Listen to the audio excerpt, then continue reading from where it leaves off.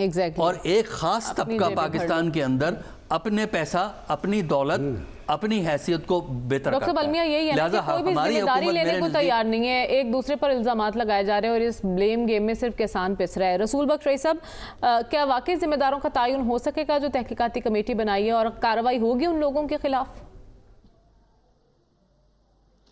اس کی ضرورت ہی نہیں ہے. جو ذمہ دار ہیں ان کے بارے میں تمام اطلاعات سرکاری دستاویزات میں موجود ہیں، وزیر اعظم صاحب کے پاس ہیں، صدر صاحب کے پاس ہیں، اور جو ریاستی ادارے ہیں ان کے پاس تمام شواہد، تمام لوگوں کے نام، ہر چیز موجود ہے.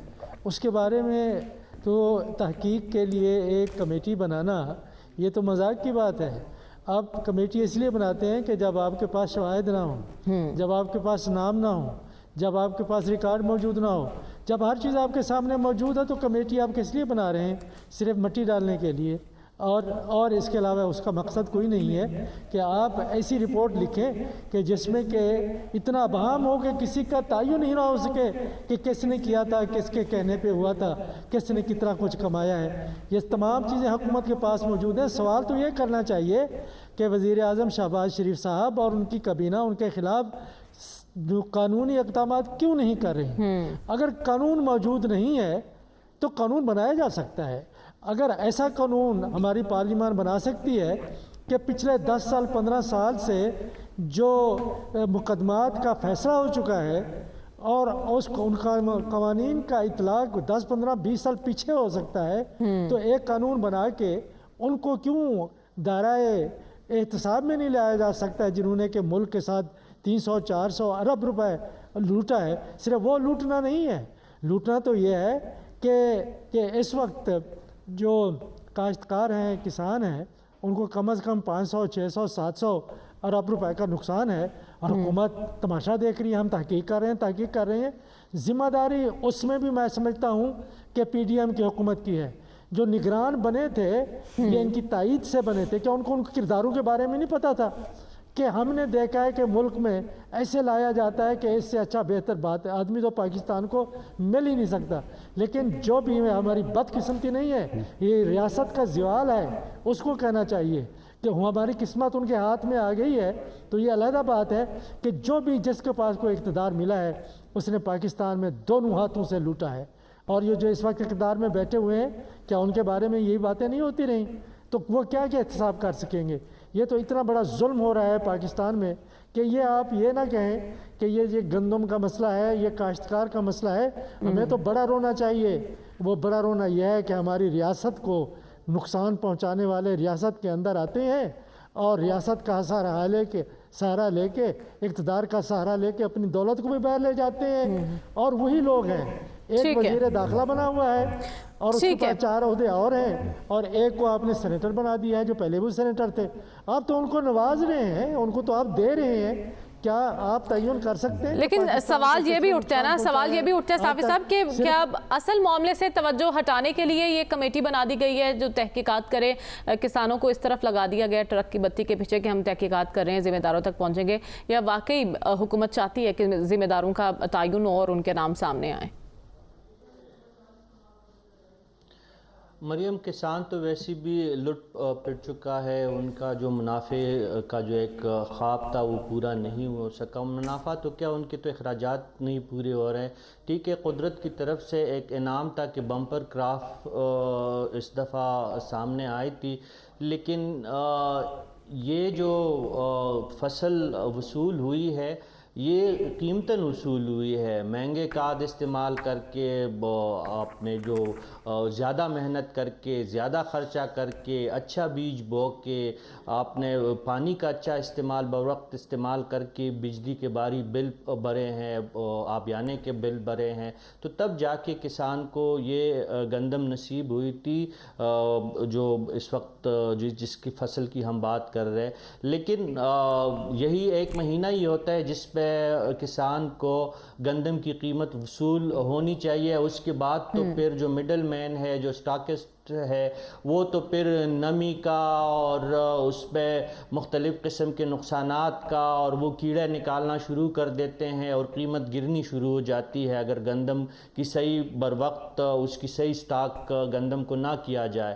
تو کسان کا معاملہ تو خراب ہو چکا ہے. ابھی آپ بتا رہے تھے اور باقی ساتھی بھی اس پہ بات کر رہے تھے کہ جو پچھلے دور حکومت میں جو اضافی گندم منگوایا گیا تھا تو اس پہ 300 ارب روپے اس میں لوٹا گیا اور لگ بھگ یہ 300 سے 500 ارب روپے کا جو تھا وہ ضرورت تھی پنجاب حکومت کو اگر نقصان سے بچانا تھا چھوٹے کسان کو تو وہ اس سے وہ پورا ہو سکتا تھا لیکن وہ تو چلے گئے وہ پیسے منافع خوروں کے جیب میں. اور جو دوسری بات ہم ڈسکس کر رہے تھے کہ ذمہ داروں کا تعین کون کرے گا تو ذمہ داروں کا تعین تو ہو چکا ہے. اجازت دینے والے بھی ان کے نام بھی سامنے ہے. نیشنل فوڈ سیکیورٹی کے سیکرٹری بھی ان کو بھی ہم جانتے ہیں. ACC کے لوگوں کو بھی ہم جانتے ہیں. اور اس سے بڑھ کے جو 65 کمپنیوں نے جو دونوں ہاتھوں سے قومی دولت کو لوٹا ہے اور کسان کو ڈبویا ہے ان کے نام اور ان کی لسٹ بھی بالکل موجود ہے. میڈیا کے پاس بھی موجود ہے, حکومت کے پاس بھی موجود ہے, سرکاری اداروں کے پاس موجود ہے. اور اس کے علاوہ جنہوں نے بلوچستان اور خیبر پختونخوا کے رستے سمگلنگ کی ہے گندم اور آٹے کی, اس کی لسٹیں بھی وزارت داخلہ نے جو ہے وفاقی حکومت کو پرووائڈ کر دی. لیکن احتساب کون کرے گا یہ بات جو ہے اپنی جگہ پہ ہے, یہ سوال اپنی جگہ پہ موجود ہے. یہ کمیٹیوں کی بس کی بات نہیں ہے. آج تک اگر کسی کمیٹی کے اقدامات کے نتیجے میں آپ کو علم ہو کہ انصاف ہوا ہو اور متاثرین کا کہ نقصانات کا ازالہ ہو یا شکایات ختم ہو تو اس کی مثال دے دیجئے گا تو ہم اس کمیٹی پہ اعتماد کر دیں گے. اور جاتے جاتے ایک چھوٹی سی بات یہ بھی ہے کہ پچھلی حکومت میں جو کچھ ہوا وہ تو ہوا نگران حکومت میں, لیکن اس حکومت کے بیچ میں بھی 6 لاکھ میٹرک ٹن سے زائد جو ہے ابتدائی دنوں میں گندم پاکستان پہنچی ہے. کم از کم اس کا تو پہلے یہ حکومت جو موجودہ حکومت بیٹھی ہے اس کا حساب تو کر لے. چلے نگرانوں کے ساتھ اگر بات نہیں ہو سکتی لیکن جو ان کے ناک کے نیچے سے ہوا ہے اس کا تو ہمیں بتایا جائے. اس کا بھی کوئی ابھی تک ہمیں ایکشن نہیں نظر آ رہا. اور صرف ہے کہ ایڈیشنل سیکرٹری کو ہٹانے سے معاملہ حل نہیں ہوگا. کسان متنفر ہوگا, کسان اگلی دفعہ گندم نہیں بوئے گا. اور انہی دنوں میں اگر زندگی رہی تو ہم روئیں گے کہ ملک میں گندم نہیں ہے. گنا بویا جائے گا, سبزی بوئی جائے گی. یہ ہمارے ہاں ٹرینڈ ہے کہ ہم مارکیٹ کے ٹرینڈ کے مطابق نہیں چلتے. خوف و ہراس میں آ کے طرز حکمرانی ایسا ہی رہا تو پھر یہ رونا ہر سال کی طرح جاری رہے گا. لیکن اس وقت تحقیقات کے مقاصد یہ ہیں کہ ذمہ داروں کا تعین ہو اور انہیں قرار واقعی سزا دی جائے تاکہ اگلی دفعہ کوئی ایسی جرت نہ کر سکے قومی خزانے کو اتنا نقصان پہنچانے کی. لیکن ان تحقیقات کے بدلے میں کسان کو اس وقت جو نقصان ہو رہا ہے اس کا تو ازالہ نہیں ہو سکتا. کسانوں کے مسائل کب تک ختم ہوں گے اور حکومت سرکاری خریداری کب تک شروع کرے گی, اس حوالے سے آج ایک اجلاس بھی ہوا ہے, نون لیگ کا مشاورتی اجلاس نواز شریف صاحب کی زیر صدارت, اور اس میں وزیر خوراک نے کچھ بریفنگز بھی دی ہیں. لیکن ابھی تک فیصلہ کیوں نہیں ہو رہا سلمان صاحب, اس کی کیا وجہ ہے؟ اور ہم دیکھ رہے ہیں کہ دیگر سیاسی جماعتیں بھی دھرنے کی بات کر رہی ہیں, کیا اب پریشرائز کر سکیں گی وہ اس سے؟ دیکھیں اس میں بھی آپ نے ایک تو اس عمل کی بات کی ہے جس کے تحت خریداری نہیں ہو رہی, اور دوسرا پولیٹیکل پارٹیز اپنا پریشر بڑھا رہی ہیں.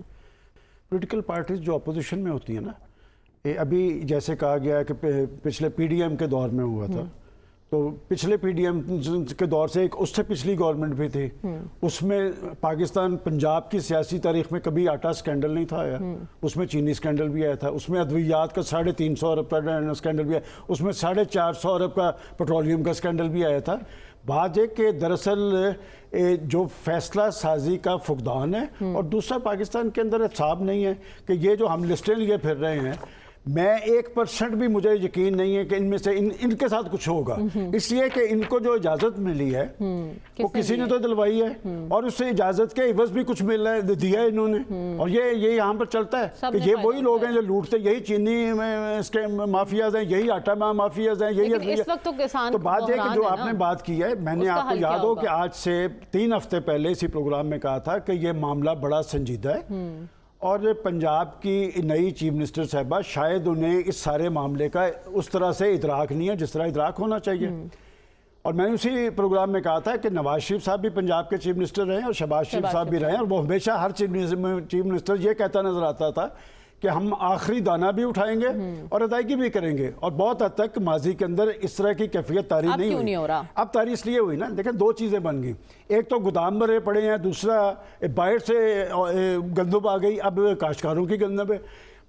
حکومت کا مقصد صرف یہ ہے کہ ان کاشتکاروں کو اکاموڈیٹ ہونا چاہیے۔ کیسے؟ یہ وہ لوگ ہیں جن کا اثر و رسوخ نہیں ہے، یہ لوٹ مار نہیں کرتے، یہ محنت اور مشقت کی کمائی، ان کے خون پسینے کی کمائی ہے، اس سے ان کا گھر بار چلنا ہے۔ اس سے انہوں نے جو کھاد ادھار لیا اس کی ادائیگی کرنی ہے، ڈیزل لیا اس کی ادائیگی کرنی ہے، اپنی بچی کی شادی کرنی ہے، اپنے بچوں کے لیے ہیلتھ فیسلٹیز دینی ہے۔ ان کے پاس تو اس کے علاوہ کچھ بھی نہیں ہے، اور کوئی بھی ان کے زخموں پہ مرہم رکھنے کے لیے تیار نہیں ہے۔ نواز شریف صاحب نے اجلاس کیا، میں سمجھتا ہوں کہ یہ چیلنج ہے ان کے لیے، یہ لمحہ فکری ہے کہ اگر پنجاب کا کاشتکار دربدر ہو رہا ہے اور ان کی کوئی سننے والا نہیں ہے تو پھر جواب دہی آپ کی ہوگی، نہ ماضی کی ہوگی نہ مستقبل میں ہوگی، اور پنجاب کی مضبوط جماعت پاکستان مسلم لیگ نون ہے، اور یہ ان کی سیاسی طاقت کا حب بھی ہے۔ اور اگر وہ کاشتکاروں کے وزیر اعلیٰ پنجاب مریم نواز کی طرف دیکھا جا رہا ہے نا، جن کے سر پر ہاتھ ہیں ان کے والد صاحب کا اور ان کے چچا کا، وہ یہ بحران حل کرنے میں کس حد تک سنجیدہ ہیں؟ ڈاکٹر صاحب اجلاس پہ اجلاس ہو رہے ہیں لیکن فیصلہ سازی میں اتنی تاخیر کیوں ہے؟ ہم نے یہ بھی سنا کہ کسانوں کو کوئی سبسڈیز دے دی جائیں گی، کیا اس سے ان کا مسئلہ حل ہو جائے گا؟ بد نیتی ہے اور تو کچھ نہیں کہا جا سکتا۔ دیکھیے جو یہ گندم کا جو مسئلہ ہے وہ پہلی دفعہ تھوڑی ہوا ہے۔ گندم کٹتی ہے، سب کو پتہ ہے کہ کٹائی پہلے سندھ میں شروع ہوتی ہے، پھر اس کے بعد ساؤتھ پنجاب، پھر سینٹرل پنجاب، پھر نارتھ پنجاب تک گریجولی جاتی ہے۔ وہ پورے سیزن کا پتہ ہے۔ یہ جو میٹنگیں اب کر رہے ہیں کہ کیا کرنا چاہیے، یہ میٹنگیں جنوری اور فروری میں ہونی چاہیے تھی، کیونکہ middle March and of March پہ سندھ میں کٹائی شروع ہو جاتی ہے، اپریل میں ہوتی ہے، لیکن حکومتی فروری کے اینڈ میں بنی نا۔ لیکن دیکھیے اس فروری میں کر لیتے ہیں۔ دیکھیں نا گورنمنٹ بیوروکریسی تو ہر جگہ، بیوروکریسی میں تو کنٹینیوٹی ہوتی ہے، گورنمنٹ چاہے کبھی بنے، جب گورنمنٹ بنی ہے اس کے بعد بھی یہ فیصلے نہیں کیے۔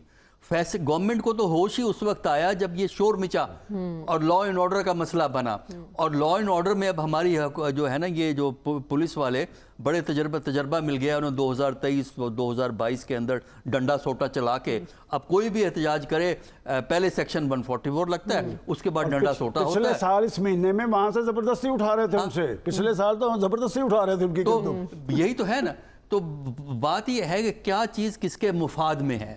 اگر بڑے لوگوں کے مفاد میں گندم اٹھانا ہے تو زبردستی گندم اٹھا لیں گے، اگر نہیں لینی تو پھر وہ نہیں لیں گے۔ سوال یہ پیدا ہوتا ہے گورنمنٹ انکار کیوں کر رہی ہے، اس کا بیسس کیا ہے، اور ہمیں یہ بتایا جائے کہ گورنمنٹ کے سٹور اگر کہتے ہیں ہمارے سٹور بھرے پڑے ہیں تو کس کی گندم ہے وہ، کس کی گندم ہے وہ جس سے بھرے پڑے ہیں؟ اگر سرکاری گندم ہے تو پھر سرکار کو پوچھا جائے نا کہ یہ گندم کہاں سے آئی ہے، اور اگر وہ پرائیویٹ سیکٹر نے سرکاری گودام استعمال کیے ہیں تو سوال یہ ہے کہ یہ اجازت کس نے دی ہے۔ تو میرے نزدیک اس وقت میٹنگوں کا وقت نہیں ہے، اس وقت ایکشن کا وقت ہے۔ وجہ یہ ہے کہ اگر ذمہ دار کو پیسہ نہیں ملتا تو اس نے اگلی فصل بھی بونی ہے، ایگزیکٹلی اگلی فصل بھی بونی ہے جو اکتوبر نومبر میں کٹتی ہے، جا کے نومبر میں کٹتی ہے۔ تو لہٰذا آپ اس ملک کو تباہ کر رہے ہیں ایگریکلچر کو تباہ کر کے، کیونکہ ایگریکلچر ہی تو مین سٹرینتھ ہے اس کی، اور ایگریکلچر جو میں لوگ جس پروفیشن میں جو لوگ ہیں وہ پاکستان کو سالویج کرتے ہیں، اور آپ بچاتے کسانوں ہیں۔ کو کیا پیغام دے رہے ہیں کہ اگلے سال آپ یہ فصل نہ بوئیں؟ رسول بخش رئی صاحب کیا لگتا ہے آپ کو؟ جیسے کہ ڈاکٹر صاحب نے کہا کہ یہ میٹنگز کھیلنے کا تو وقت نہیں ہے، لیکن ہم دیکھ رہے ہیں کہ دھرنے کا بھی اعلان کیا گیا ہے، کچھ سیاسی جماعتیں ہیں جو کسانوں کے حق میں بات کر رہی ہیں، کیا پریشرائز کیا جا سکتا ہے حکومت کو؟ بالکل کیا جا سکتا ہے، اور یہ دیکھیں کہ 3-4 دن کے بعد یہ اعلانات آنا شروع ہو جائیں گے، کیونکہ یہ تو ایک طرف ان کو جو انتخابات ہیں ان کے حوالے سے ایک سیاسی جماعت ان کے خلاف متحرک ہے، نوجوان اور عوام ان سے متنفر ہیں، ان کے ساتھ نہیں ہے، پنجاب میں بھی اور باقی علاقوں میں بھی، اور جو دھونس اور دھاندلی سے یہ حکومت کر رہے ہیں وہ تو علیحدہ بات ہے، لیکن پھر ایک ایسا حلقہ بھی تھا جو ان کے ساتھ بھی تھا، اور وہ لوگ جو سیاست سے تعلق نہیں رکھتے بلکہ محنت مزدوری کرتے ہیں، جن کا تعلق شعبہ زراعت سے ہے، تو اب حکومت نے ان کو بھی بالکل ایلینیٹ کر دیا ہے۔ تو ظاہر ہے کہ اگر تمام معاشرہ ان کے خلاف اٹھ کھڑا ہو تو یہ صرف کب تک پولیس کے ڈنڈوں کے ذریعے سے یہ حکومت کریں گے؟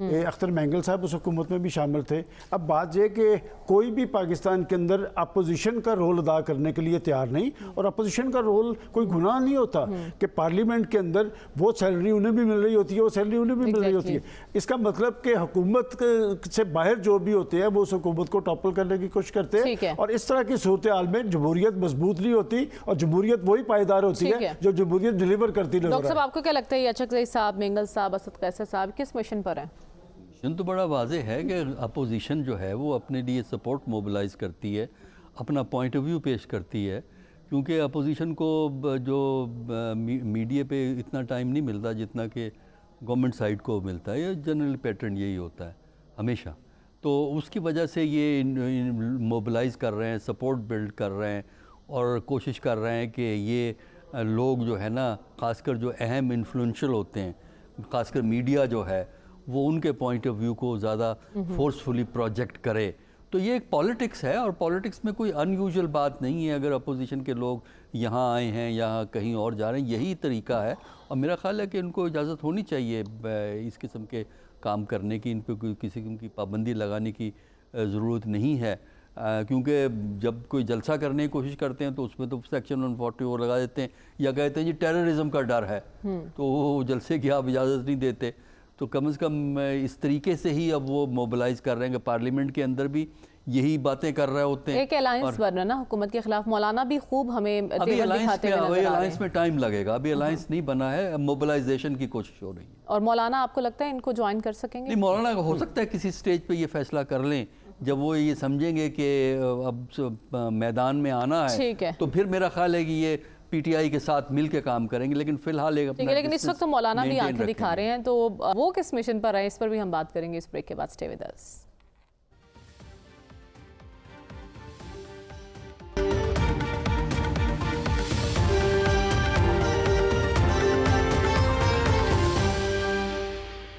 ویلکم بیک ناظرین. رسول بخش رئی صاحب, آپ کیا کہیں گے اس پر؟ اپوزیشن قائدین کی آنیا جانیا, پریس کانفرنس, ملاقاتیں, کیا ان کی یہ تحریک ٹیک آف کر پائے گی؟